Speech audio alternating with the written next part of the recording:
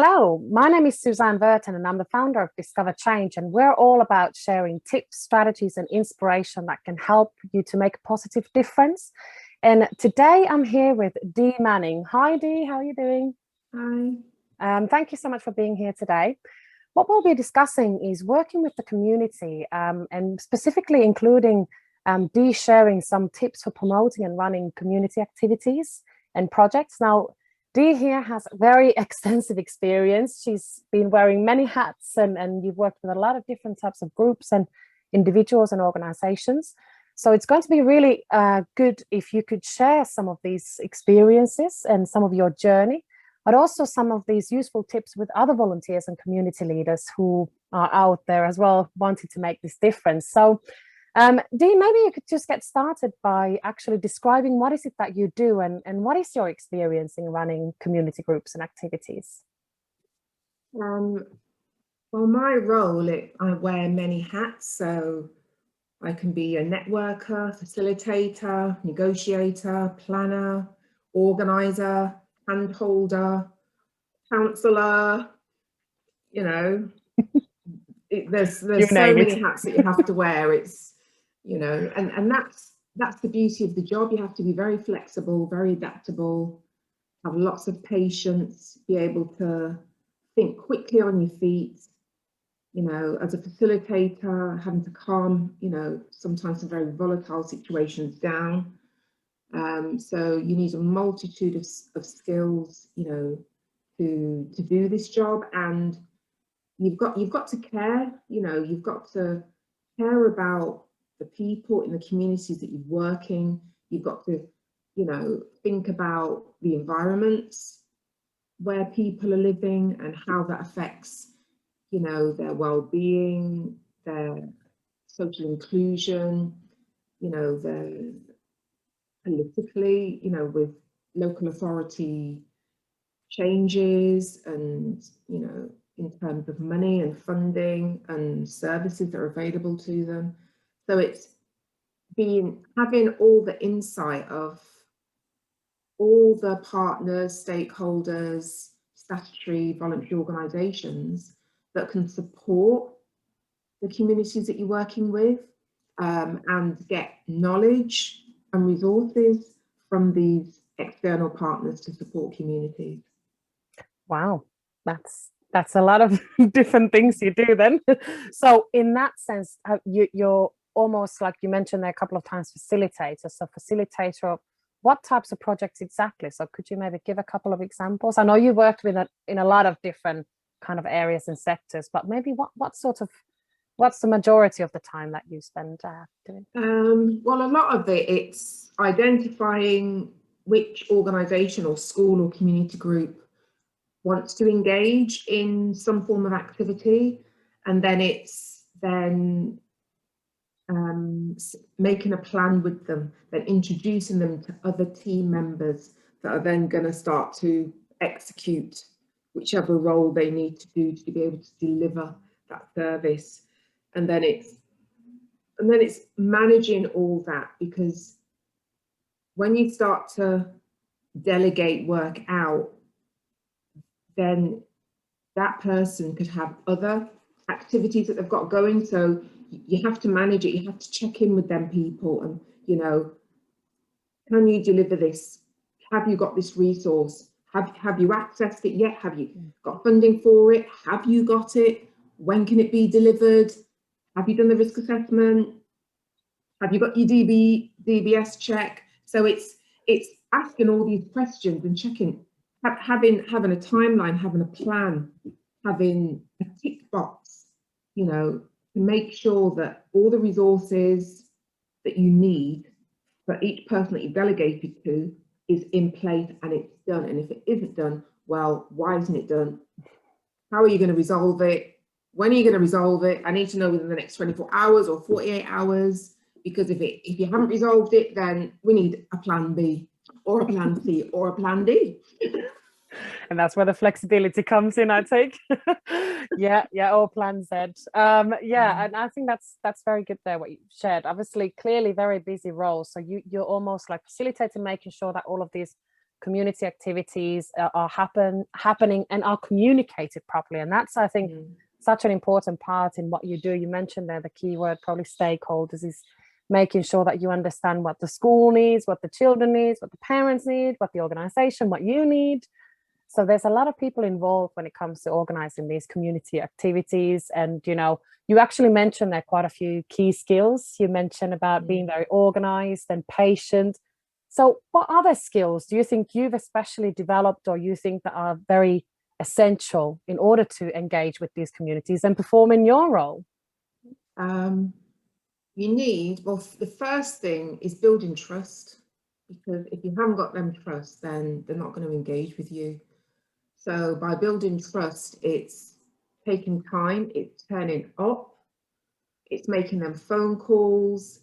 It's, you know, what I've done is I've visited organizations several times, and it's giving them something for them to trust you. Well, yes, you said you're going to deliver this, but what are you going to give me in the meantime? So what I've done is I've given them information that they didn't have before. So it could be information of services, it can be in the info on training or funding, or maybe supporting them with a funding application or bid, or directing them to somebody that can, maybe introducing them to another partner that can support them, or another partner that has resources that they haven't got, they can utilize for free. Classic example, there's one resource that has rooms, and there's a lot of charities or CICs that can't afford to pay for a room. So then I was the facilitator for them to access this free room. So then they could deliver an activity or services, you know, to a group of women, a group of men, or whoever. So it's having that expertise and that knowledge, and then sharing it with an organization or an active individual. Because if you're giving them something that they haven't had that can then benefit what they want to do, you're building that trust. Absolutely. Because I'm not asking them for anything, I'm giving them my time, my expertise, and my knowledge. So, you know, so that's how you first build that trust, by turning up, by listening, by being non-judgmental, you know, by caring, you know, and just being compassionate and empathetic, and, you know, just being there. I think that's really good points in what you said there about giving, that it's not about taking, but it's about community. And I think you mentioned there a couple of times collaboration. Importance of partnerships is just huge, because so often there are even activities and resources and organizations that could be put together, or actually even exist, but actually the awareness of these within the community is in there. So actually connecting with those other local organizations and partnering, I guess, is a really key thing to do in order to raise awareness of any kind of activity. Oh, definitely. So on that note then, I mean, I can hear that you're very passionate about, you know, helping other people, and I've met you before a few times, and always sharing, you know, how important it is to you to make a positive difference. So what is it that you're actually passionate about? Is there an easy way to put it? I'm passionate about people. I'm passionate about art. I'm passionate about my family. I'm passionate about, so I detest social injustice. So if there's, you know, anyone within my community, you know, that is going through something, and I can help or support or signpost them to agencies that can support them, you know, that's what I'll do. Great. Excellent. Well, it's very important, especially I think the times that we are living in right now. A lot of people are facing, and throughout times, but especially increasingly now, there are a lot of challenges that people are facing, unfortunately, on their own, without being aware of some of the resources and support that is available. So it's great that obviously you are running projects and making things happen, supporting other volunteers. So in talking about running these projects, could you share what has been a big challenge that you've faced? You know, you mentioned that there's so many things involved, so I can imagine that there's sometimes can feel like a like a mountain to climb, some of these projects. So what's maybe a big challenge that you faced, and how did you overcome it? Because it might be really useful for someone else to hear as well. Again, like I said, the first thing that I encountered with all, well, the majority of the organisations when I approached them was mistrust, because they'd had decades of initiatives, government initiatives, local authority initiatives, where they parachuted in. They were there for 6 months, a year, 3 months, and then they were gone, and the community was left with nothing. So when I was going out introducing myself, it was, to them, I was just another one of them organisations coming to, you know, pick a box, take from them, use and abuse them. And it took a long time to gain trust. And like I said earlier, it was turning up, it was giving them something, giving them resources and time and knowledge so that they would gain that trust. And, you know, and sometimes just sending them a text message, namaste, how are you feeling today? If you need any support on anything, just give me a text or a bell, you know, or send in a welcoming and supportive email. Just little things like that. Because I'm thinking, oh, I've had a really nice text off Dee today, or I've had a really nice email. So it's the little things, because they're thinking, well, if she wants something, she wouldn't even be taking the time, you know, to send me a text. Or, you know, sometimes I'll just call up just check in and say, how are you? You know, I'm not asking for anything. I'm just checking. How are you? Do you need anything? Do you need any support with something? Is there anything I can help you with? Is there anything that you're struggling with? You know, and that's how I've built trust. Another challenge has been language. A lot of the communities I work in, English is their second language. So what I've done is, once I've gained that trust within community organisations, one of the team members from the organisation would come out with me and they would translate. So it was having, you know, having the support from the community partners, or from a resident, because there's a resident from the Zells, you know, that I've nurtured, you know, as a volunteer. And she used to come out with me and translate to some of the women, because she speaks like 4 different languages, which is absolutely fantastic. So she would translate. And it was lovely, because I've worked in Zells for like nearly 3 years. And when I walk down the road, they're like, hello, Dee. And then I'm thinking, where do I know that place from? I'm like, oh. And it's lovely now that I can walk around and people trust me, because some people from certain community groups wouldn't mix with a different culture from a different group.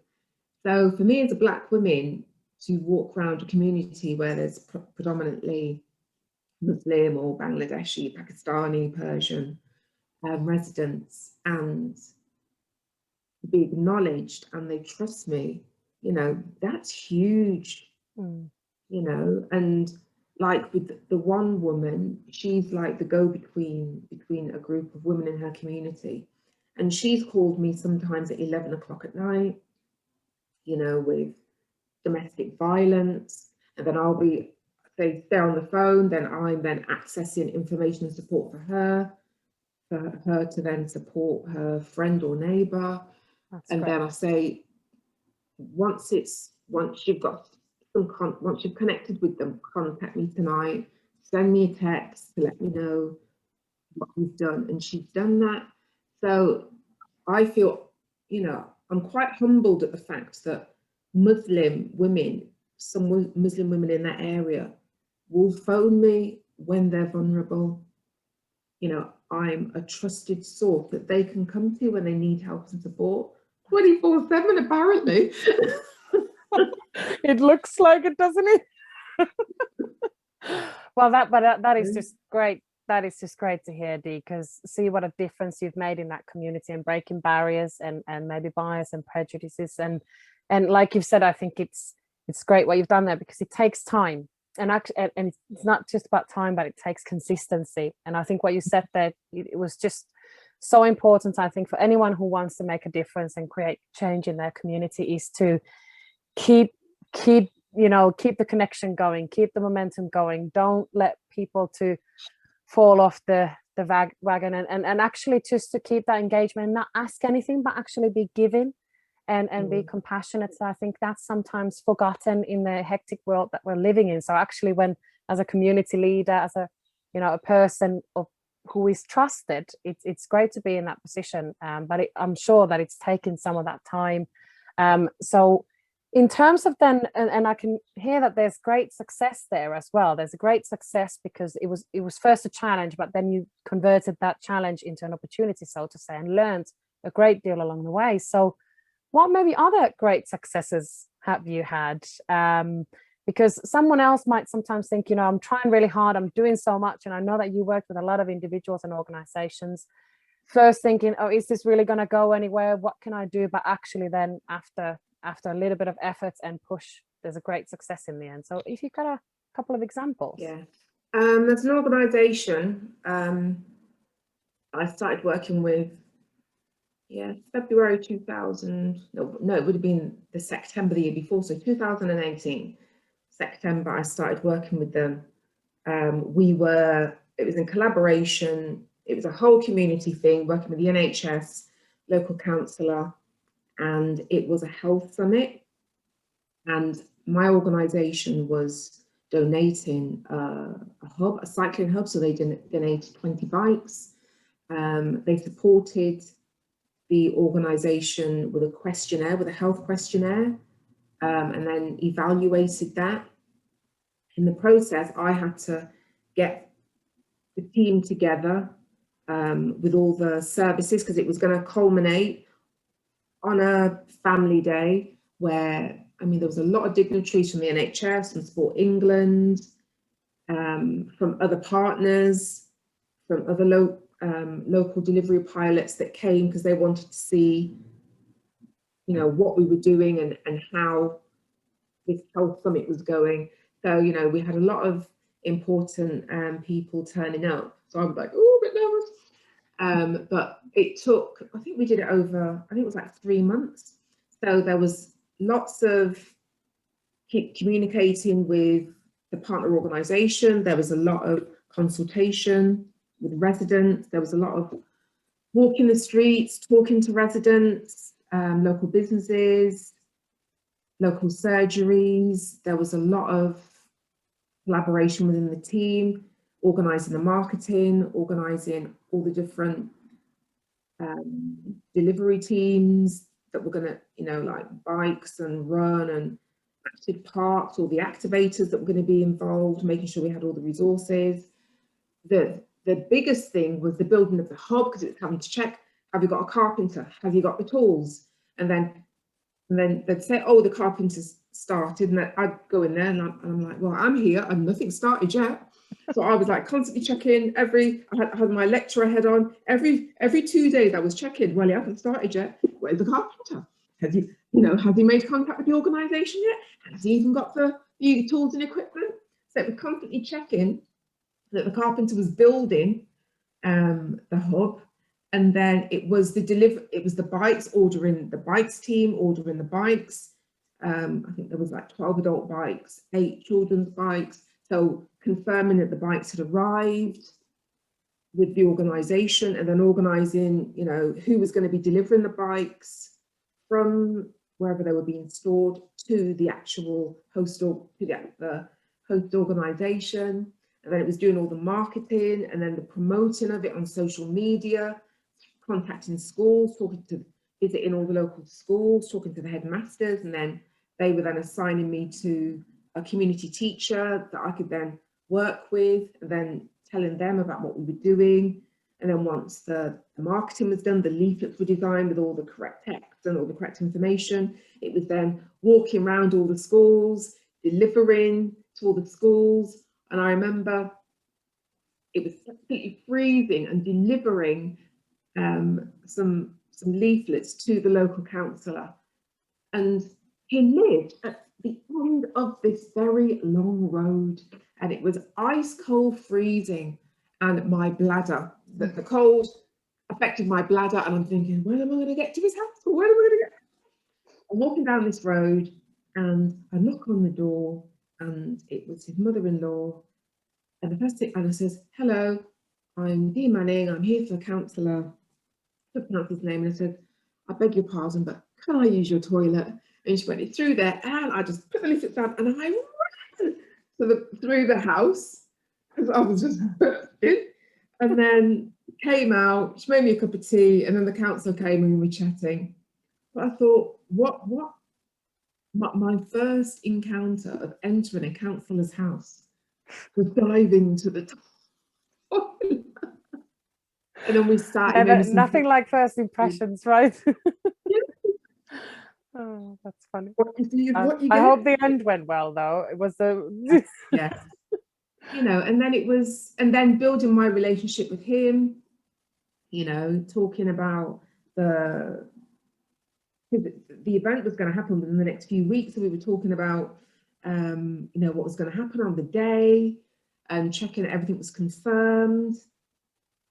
I was checking and the hub was built, and that day the bikes were being delivered. So I was literally texting on the phone, you know, are the bikes on the way yet? Are they going to, you know, so it was constantly, the nearer it got to the day of the health summit, the more intense, the more anxious I was getting, checking, cross-checking, you know, the time frame, making sure that everything was in place, everything was confirmed with all the activators, with all the resources.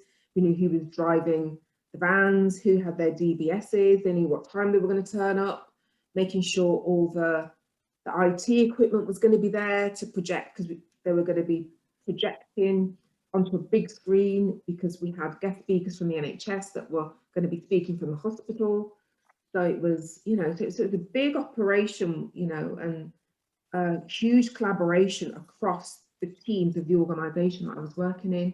And from that, my work then began. So it was then we started a cycling group, a walking group. We were then going in and delivering activities. And from that, I was then spinning off and then going to work with other local organisations, and then delivering. We then started to deliver yoga at another organisation, and then, you know, that developed into a lovely women. It was women only, and the women were then became a network, and it was their safe space, you know, to come and do yoga. And then because I was then facilitating after the yoga sessions, because we would have a tea morning afterwards, I was then telling them about all the other services we were offering. So they were then going off to all the other services that we were offering in Handsworth and Lazelle. So they were then, you know, women that were normally isolated and on their own were now going out and experiencing all the other free services that were available to them. So over a period of 3 years, I worked in Handsworth and Lazelle with schools, community groups, residents, activists, councillors, businesses, the NHS, statutory organisations like Birmingham City Council, and then all the jargon that I used to go in with we've got to look at behavioural change and getting the community, you know, residents more involved in activism and claiming and reclaiming their space and taking ownership, you know, of their streets and taking ownership of their lifestyle and not being afraid, you know, to step out. So I was using all the language and all the jargon, but I think for some of the community organisations, they weren't ready. So it's been 3 years of hand holding, supporting, nurturing, and then like a mum cutting them apron strings, letting them flourish. And I was at a meeting last week, and now one of the 3 of the organisations that I've worked with, plus all the residents within that area, have now set up a Friends of Parks group. And it's been lovely to see that development from, there wasn't really much of residents being active and enjoying their green spaces and, you know, feeling safe enough to go into the park, because that was another issue, safety. You know, and things were done like litter picking and lead walks and cycling and children's activities in the park and in the streets. Street closures happened So communities and residents were coming out and talking and playing and having food and, you know, starting to engage and support and, you know, have street champions and, you know, neighbours that didn't know each other were having conversations. They were networking and connecting. You know, it's so lovely to see. And what happened last week, and it was like a mum at a grad. It was like a mum that her child had gone through education, and it was now their graduation. When I heard one of the partners say, "Parrot," all the jargon and the language and the terminology about, yes, we've got to get the communities be engagement and social activism and in environmental issues, and I was sitting there thinking, my job A is, mini-me. no, that's been 3 years That's of, fantastic. love, Yeah. of giving, of nurturing, of support, of care, of knowledge, of expertise. And I thought, job done, Yeah. you know, so Well, it I think doesn't. that's it's almost like you're not just in one sense, you're not just helping the one individual at a time, but actually appears that you're even developing leaders who become more passionate about that cause and that community and making a difference. And that's so nice to hear that they are now spreading that message. I mean, that's how I actually very initially, when I learned to anything about public speaking or anything about just inspiring others to take action, I listened to other speakers and kind of copied them. So I think someone's done exactly that to you. That's very encouraging, because see what impact you've made, and that knock on and compound effect of that is huge. That's really nice story. And I think you mentioned there's so many different actually ways as well that you've actually interacted with the community. So while you were talking, you actually mentioned quite a few sort of engagement strategies. You mentioned about bringing them in, building that trust first, rather than just saying, hey, here's everything that we do, but actually just having those conversations with the local residents and with the organizations, and actually building that trust with consistency, and then offering them more, because then they're probably much more receptive and they're like, oh, Dee really wants to help, and you know, what else is here? And I think that's a great way, because sometimes people can feel a bit bombarded with too much information. So that's really great. And you've obviously communicated with a lot of different organizations as well. And I'd like to just maybe ask you then to share with some other organizations. And you've obviously mentioned a few already, but maybe any specific ways to engage or promote activities, because you're very much a people person, right? And you don't seem to have much fear about approaching people. That may not be everyone, though. You know, even the people that are very social and approachable, they might not be always sure how to engage or what to actually do. So have you got any specific tips or suggestions that other volunteers or community leaders could take on board? Yeah. I think the first thing is you need to design a plan. You need to have a plan, and in the plan, set yourself goals and actions, and have a timeline of when you want things to be done. And keep it simple. You know, set yourself simple goals and actions that are achievable. Don't ever promise anything that you can't deliver. That's the worst thing that you could do. And then, you know, just always have clear and open communication, because when the communication stops, or if somebody doesn't understand something, you've got to take the time to explain it a different way, because just because you understand something doesn't mean that the next person understands it. So sometimes, because I'm using my teaching head as a teacher, I would walk into a lesson with 3 different handouts that all be explaining the same thing, but one would be of a higher level, one would be of a middle level, and one would be of a more simpler level. So that you've got 3 different ways of communicating, because every person understands what you say differently to the next person. So if you've communicated something and they don't understand, you need to be patient enough to take that time to explain it a different way. So it's all about communication. It's having, making sure that you've got the resources to do what you need to do.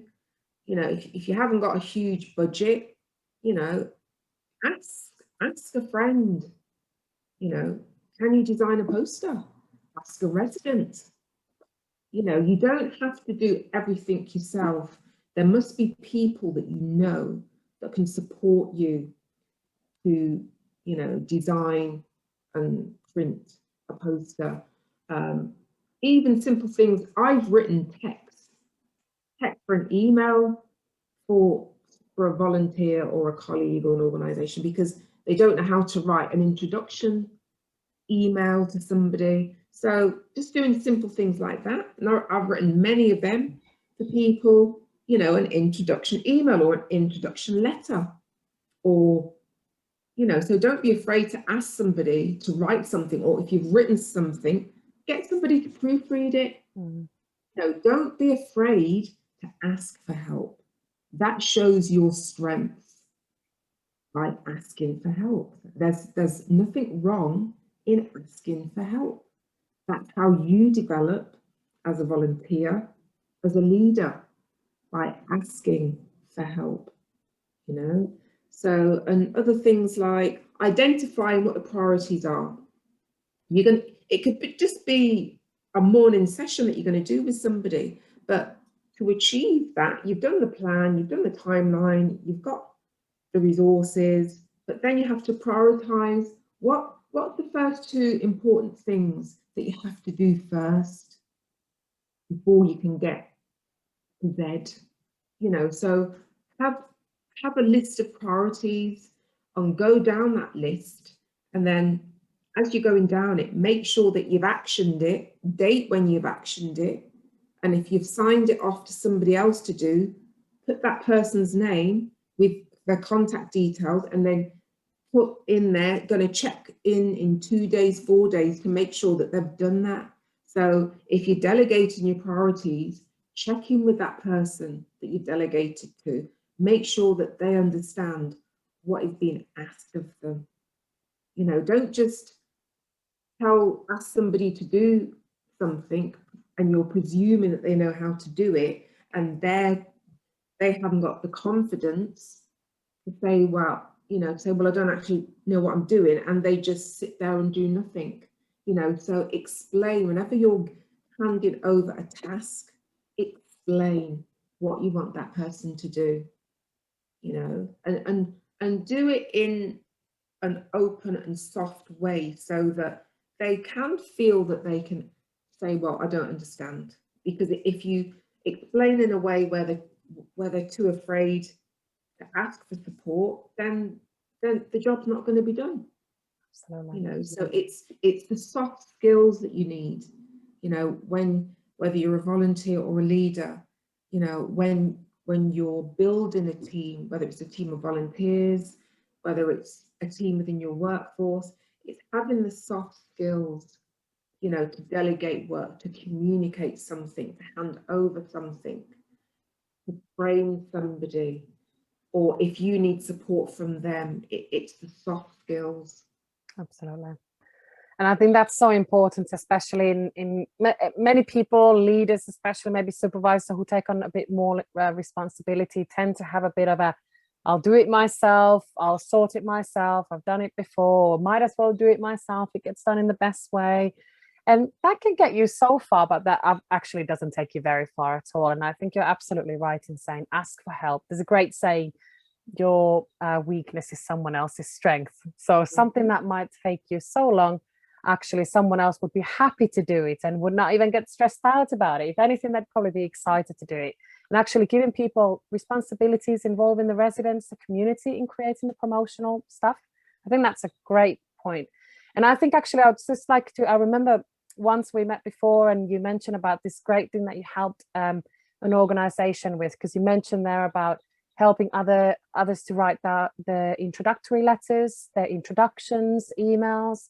because that's something that they can use down the line so many times, and it's professional, it's streamlined, it's come from someone who's listened and really tried to understand what they want to achieve and then put in that, and it makes such a big difference for someone to get that level of support.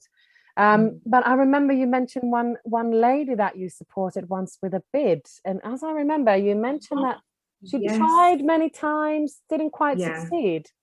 And you went ahead and helped her out a little bit, wasn't it? And what happened then?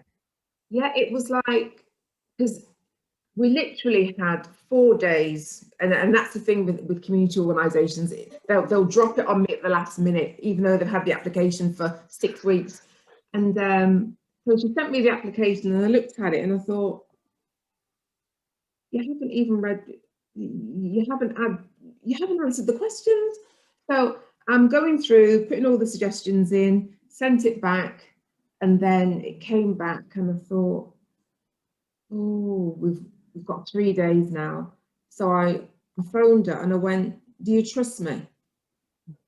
She went, yeah. Says, let me just do the application, and then I want to send it to you, and then with where you need to put in the stuff that I don't know, I'll make some recommendations and we'll go from there. So I worked through all night. I was working through like 1 o'clock in the morning on this bit, because I know the language, I know the terminology, I know what the funders are looking for. And bidding for the amateurs, so to say, it's very hard. It's full of jargon and terminology, very confusing. So, and then sent it to her, and then she went, wow, this is great. She said, I just wouldn't have thought. I was like, okay, so put your bits in, because we've got 2 days now. Put your bits in. And she did. And then I checked it over. Fantastic. Sent it back to her, and I went, send it off. Just let me know if you hear anything. She was like, great. A couple of weeks later, I got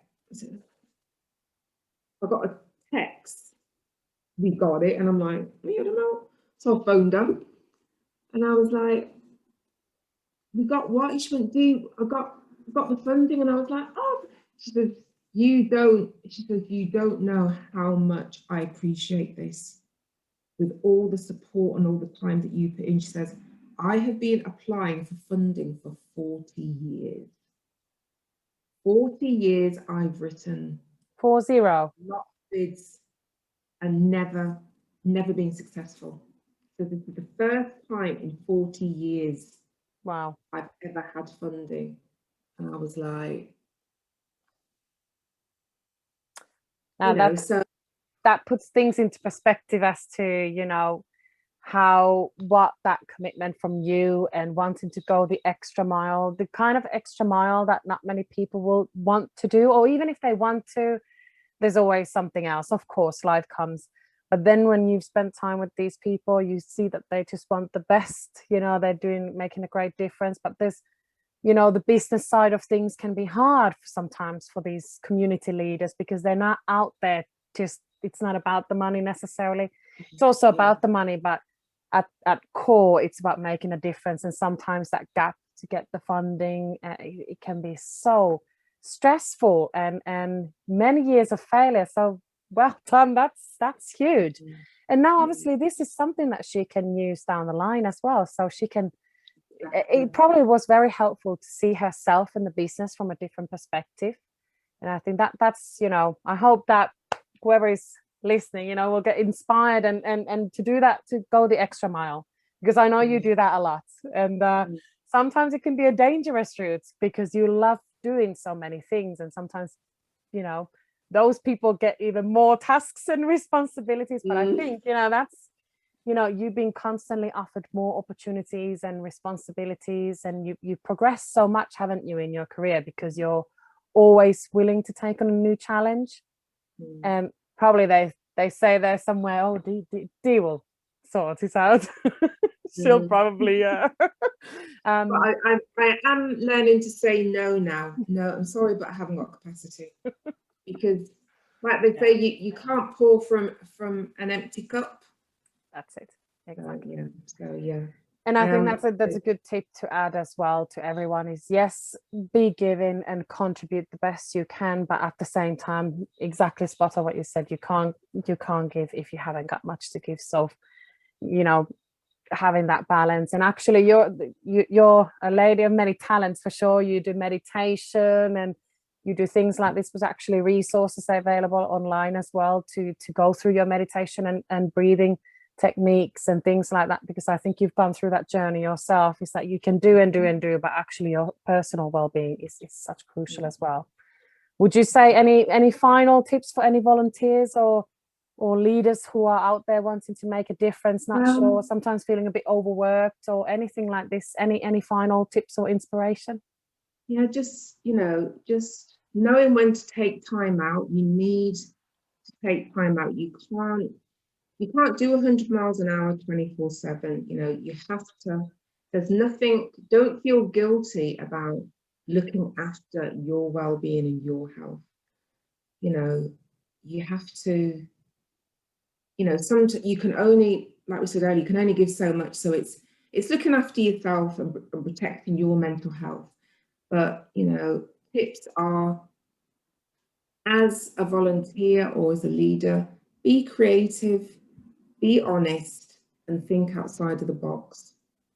Because I think the way society is going, I think the thing that I found with a lot of organisations is that they've done things for a certain way for decades, and a lot of them don't like change.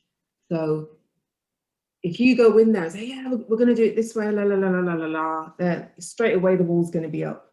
So it's like with everything, it's baby steps. Yeah. Never force anything on anyone, because you don't have the right to do that. In your mind, you're thinking, well, yes, it's for, their benefit and, for future growth and future development. But if they're not with you, if they haven't got the same mindset, they're not ready to accept your way of thinking. So it's, as I say, it's doing it in bite-sized chunks. Like you do, send a message on a Monday and another on a Thursday, hop in on a Friday. Just checking you haven't forgotten about me. But I think that's a great method, because it's pulling them towards you rather than you pushing yourself. And it's all that, when you're ready, I'm here.